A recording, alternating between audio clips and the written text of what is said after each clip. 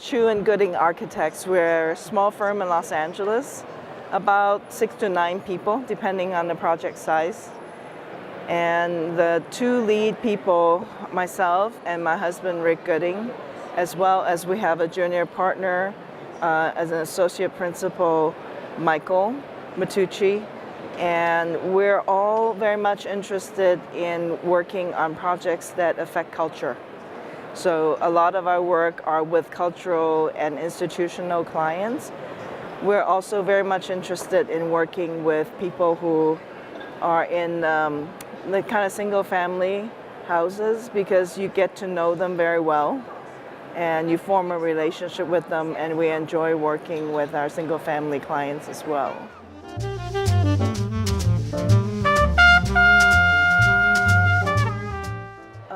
We tend to have a little bit more of an arts-oriented direction, and so a lot of times we share some of our fine arts references within our group itself. It's a group that tends to have lunch together. So because we work in an environment that is a kind of an industrial arts complex, and so during lunchtime it's much easier. We bring food together and then we talk about other things outside of our practice. So it's a very close-knit group in terms of understanding what the culture is in Los Angeles, what show is going on, what lectures are going on. And so that's how the group actually shares a lot of common references and energize our creativity.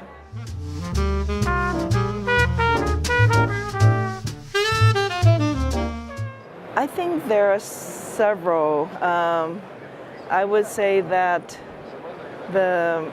for the residential projects, we have one project, and I think you mentioned it before, this Rustic Canyon project, and it's a house for 3 generations, for a family.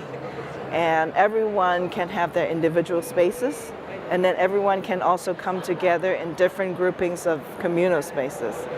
And it's very much our client's idea of how to live in a harmonious way in a large family with children and of varying ages. So we are talking about teenagers, we're talking about children who are younger, and we're talking about grandma, And so everyone gets their own individual spaces as well as communal spaces that allows them to escape or come together as they wish.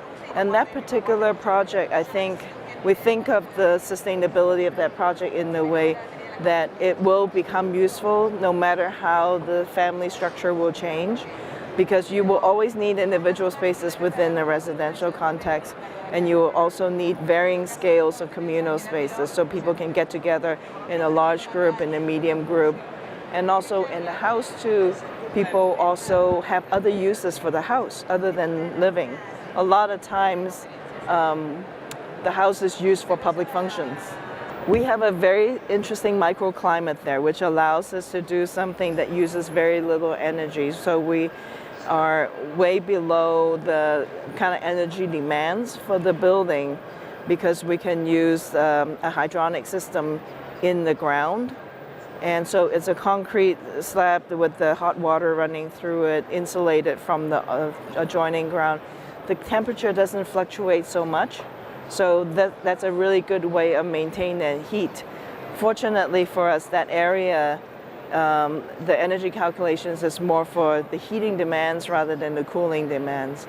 So the other features that we have is a kind of a sectional cross ventilation system, because the onshore winds are available. And so there's many ways to kind of open up the entire house so that it's very naturally ventilated. And so, and also the landscape features around it. we can really take on the ability to absorb a lot of our groundwater, because water is a bigger problem for us in Los Angeles.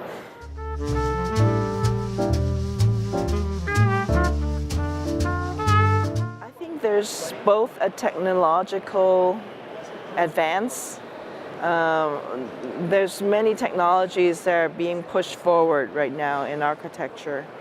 A lot of them, from robotics to new materials to new ways. We're talking about nanotechnology, or even someone would say that the future of architecture is in the laboratories, is in the biological and chemical laboratories, that you can grow the building or something like that. So I think that there's a lot of validity in continuing all the research in the new technologies. But I think that in the future, I'm hoping that in the future we gain a better understanding of what it means for people to live on this earth, and that we would gain more understanding, in particular for our office, because we do have a lot of interior architecture projects, that we actually understand the impact that the interior environment has on us, because we spend so much time indoors.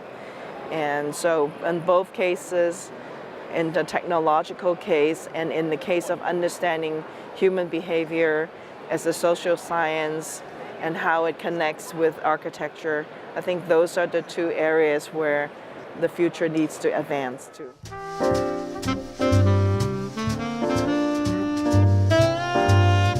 I think I have to say my favorite building was the building that inspired me to actually study architecture, which is the Rouen Cathedral in France. Yeah, because it's without being a religious person and without any background in architecture, I walked into this cathedral, which is a Romanesque cathedral, and I was physically moved. And I thought that that was an incredible experience, that an inert thing, such as a building, which is all made out of stones, can make people feel their spirit lifted in a certain way. So that's continuing to be my favorite building.